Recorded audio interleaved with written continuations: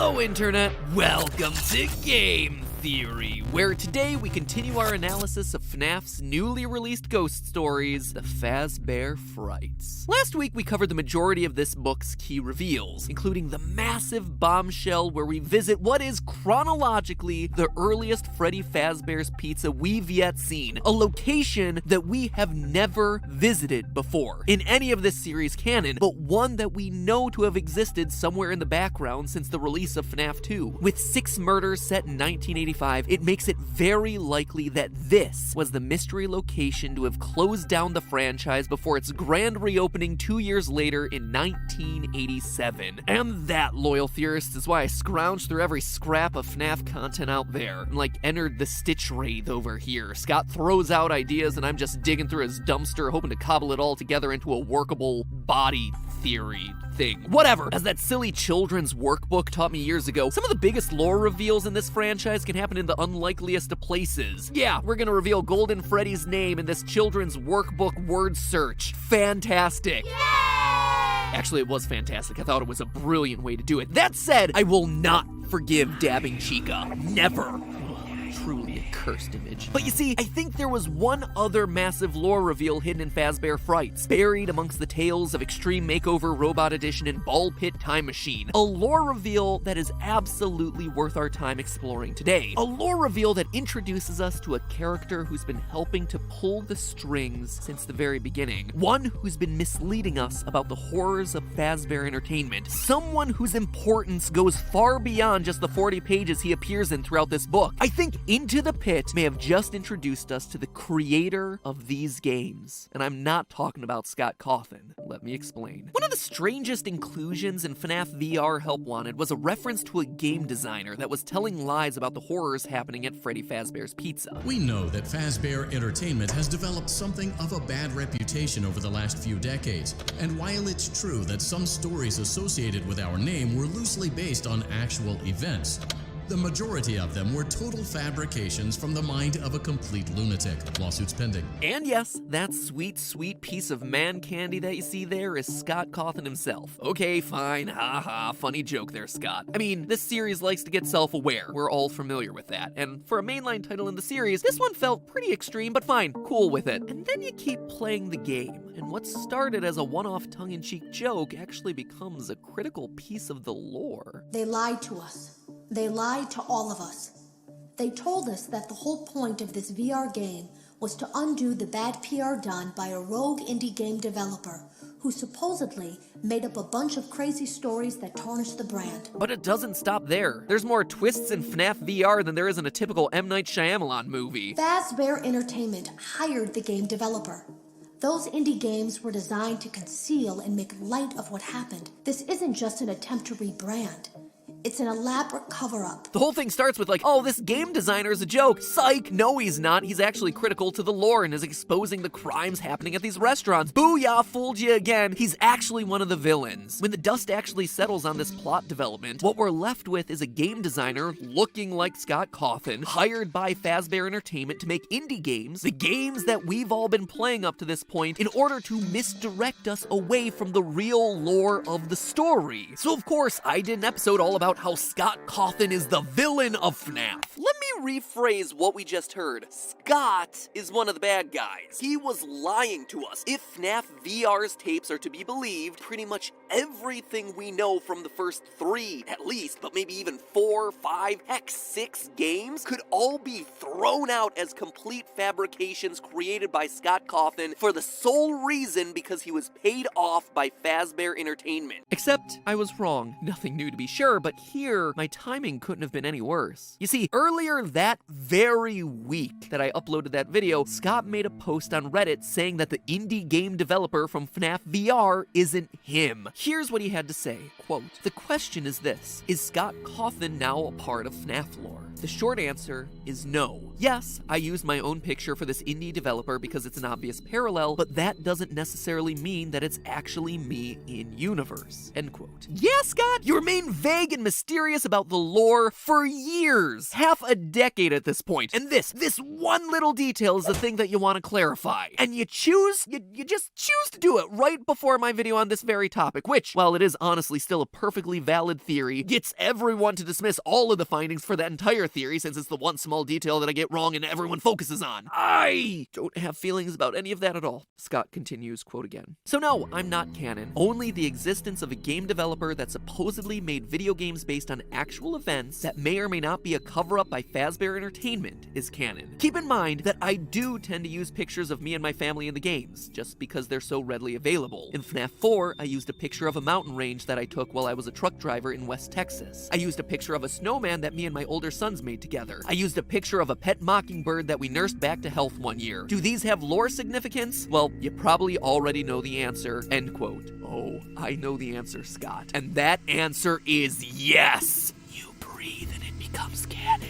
My ever-decreasing sanity aside, it does leave open the door as to the identity of who this rogue indie developer is. And I think that Fazbear Frights' story Into the Pit reveals to us who it might actually be. Admittedly, this is a bit looser of a theory, but I think it's one worth discussing. I believe our secret game designer, the one who's been lying to us through these games, is the story's main character, Oswald, the little 10-year-old boy who winds up in a time-traveling ball pit to visit the 1985 murder scene of Freddy Fazbear's Pizza. I believe he grows up to be hired on by Fazbear Entertainment to create these games. Now, that might seem like a stretch for a character that we only get to know in the span of 40 pages, but holy Ballora, is there a lot of evidence in those 40 pages to back that assertion up. Shortly into his story, Oswald is shown to be obsessed with animatronics for no apparent reason. Quote from the book, he didn't know why, but lately he'd been drawing mechanical animals, bears, bunnies, and birds. He imagined them being human-sized and moving with the jerkiness of robots in an old science fiction movie. Sometimes he drew the animals' exposed metal skeletons or sketched them with the fur peeled back. It was a creepy effect, like seeing a person's skull peeking out from beneath the skin. End quote. Now mind you, this is without him ever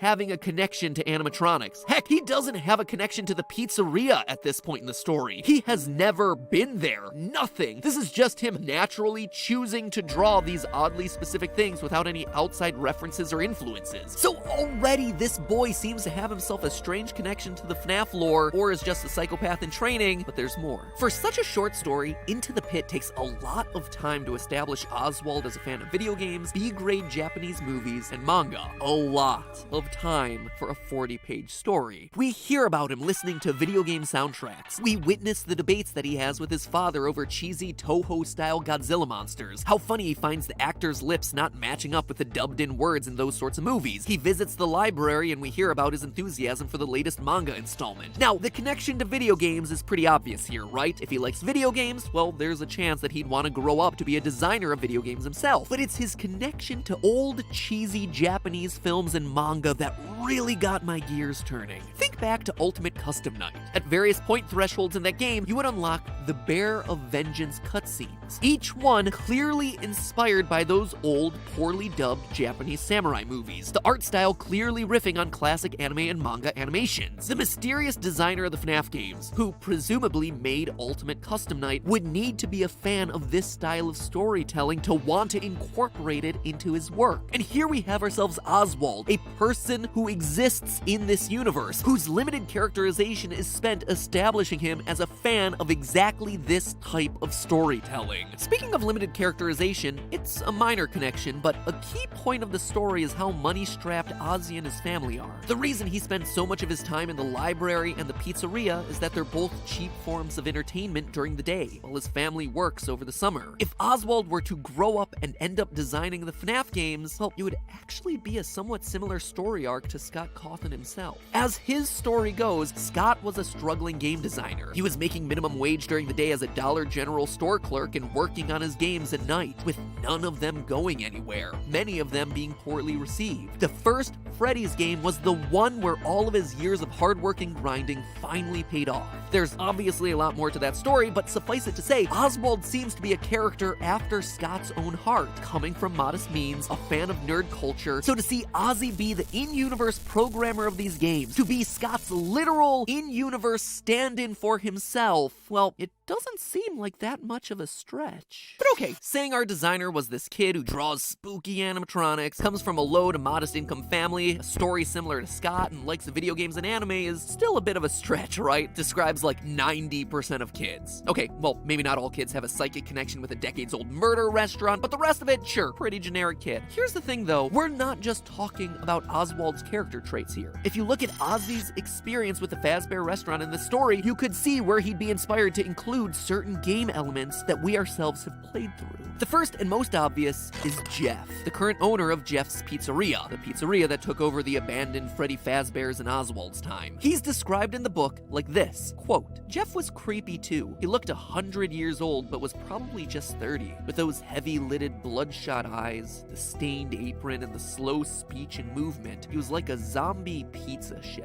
end quote. Slow movements, bloodshot eyes, zombie pizza chef with a red-stained apron. It sounds like it could very well be the inspiration behind an undead murderer in a pizzeria who refuses to die, or a walking purple zombie that haunts the streets of the town. Remember, the game designer hired on by Fazbear Entertainment was tasked to lie about and make light of the murders in the Freddy restaurants, so what we see in the games would likely be a mix of reality and fiction. Oswald could very well be pulling from his real-life experiences. I mean, the names of people Oswald encounters also have themselves an uncanny similarity to what we see in the games. Ozzy's best friend from the past is named Mike. A Mike who outright says this, quote, "You know, when I was little, I loved Freddy Fazbear's band. I even had a stuffed Freddy I used to sleep with," end quote. Wee-woo, wee-woo, wee-woo. Sorry, that's the lore connection alarm. It goes off anytime someone makes a passing reference to FNAF 4. In that same conversation, Mike also reveals that he has himself a sister. Wee-woo, wee-woo, wee-woo. Sorry again. And then they also talk about how creepy clowns and dolls are. Whoop, whoop, whoop, whoop, whoop, whoop. Apologies, that's my other alarm. That's the sister location revelation alarm. Anyway, it doesn't seem to be Mike Afton or Mike Emily. Oh, you can bet I checked into that one. But these conversations could certainly have inspired Oswald to make a character named Mike, who lives and loves the Freddy Fazbear franchise, who has himself a favorite Freddy plush, who has a sister who loves dolls and becomes a really creepy clown doll hybrid who commands an army of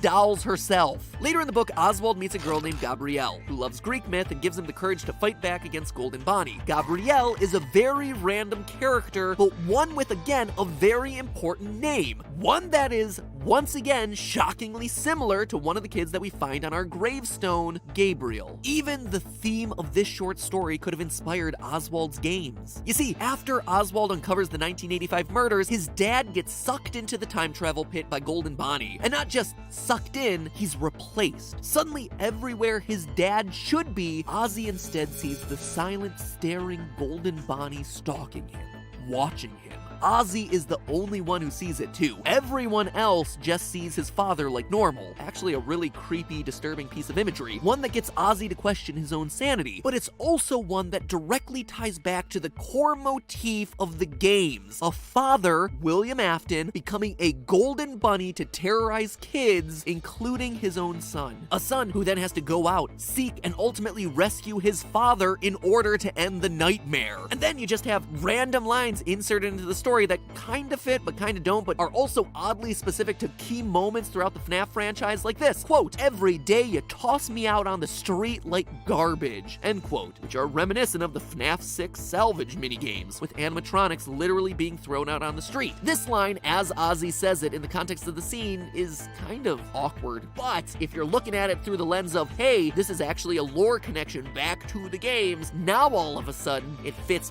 perfectly. There are just so many details that line up between Oswald's character, the people he meets, and the things that he goes through that line up with someone who could have made the FNAF games, who could have concocted parts and pieces of this story. Even motive-wise, it makes sense. Maybe Fazbear hires him on because they know he knows the truth, and it's to get him to shut up. Maybe Ozzy accepts the money because A, he's poor, and B, he's scared. He knows what they can do to him. I mean, will any of this ever come into play in any way, shape, or form? Unclear, probably not, but one, it actually may be able to help us better separate out the truth from the fiction in the early games of this franchise. Like knowing zombie people were inspired by Jeff, the owner of Jeff's Pizzeria, the zombie guy, may take all of that information off the table and really let us focus in on what truly matters, a specific subset of murders. But even if it doesn't do anything grandiose like that too, I wouldn't be surprised if we end up seeing Oswald again at some point. I mean, already there's a new teaser for the next installment of Fazbear Fright, Fetch, up on Scott's website, so you can bet that we're gonna have a lot more to say about this series and its connections with the games in the coming months. But hey, that's just a theory. A game theory. Thanks for watching.